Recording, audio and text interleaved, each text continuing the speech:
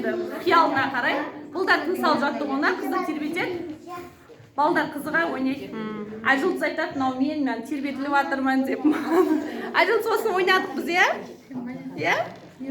Айжұлдыз біз семинарлық сабаққа қатыстық. Айжұлдызбен.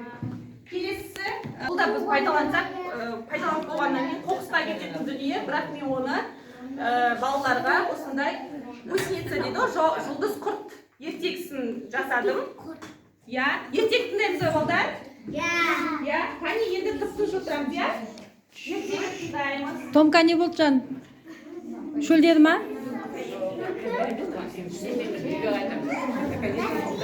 Қазір шай ішеміз әлі, там әже бәріміз отыр. Асықпа. Бізде қазір кофе брейк бар, я? Балалар қараңдаршы. Кім жыламай отырады, соны ғана қайтарамыз. Балалар қараңдаршы, бұл не? Құрт, я? Жұлдыз құрт қайда жүреді? Қандай түсті? Айжұлдыз қандай түсті? Қандай түсті? Жұлдыз құртымыз. Жасыл түсті біздің жұлдыз құртымыз, я?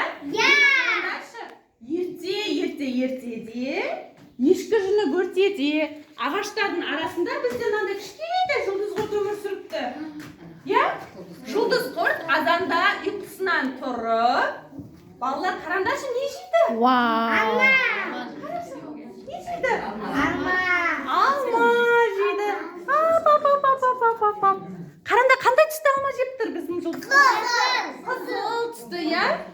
Жұлдыз құрт деген бұл қарайды, алманы жейді, ап деп сөйтеді да, ол жаймен жылжып барып, жолда нені көрді? Жапырақты. Жапырағымыз біздің қандай түсті? Жасыл түсті жапырақты. Ап деп жапырақты жеді да, жұлдыз құрт әрмен қарай жүре берді. Ол әрмен қарай жүріп, балалар қалай ойлайсыңдар? Келесі не жейді екен жұлдыз құрт бізде? Алмұрт жейді. Алмұртымыз қандай түсті? Сары түсті алмұртты. Қараңдар. Ап деп біздің жұлдыз құртымыз алмұртты жеп алды. Сөйтті де ол қарны тойып, өзінің үйшігіне келіп, ұйықтайды. Енді балалар, ең бірінші біздің жұлдыз құртымыз не жеді? Есімізге түсірейікші. Алма, содан кейін Жарайсың, Али. Ең соңғысында не істеді жұлдыз құртымыз? Ұйықтады, я? Қарны тойды ма жұлдыз құрттың? Я, бұл өте көңілді болды, я? Ертегі ұнады ма? Ертегі осылай айтылады, жұлдыз құрт.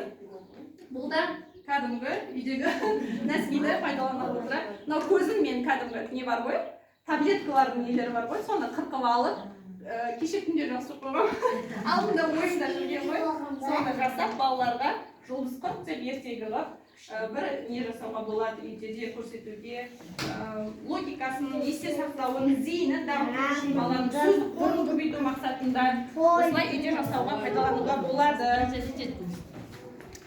Кәнекей балалар, Мадина апайға қол шапалақтап, қошеметтеп қояйықшы. Сіздерге кішкене осы ақпарат болсын деген мақсатта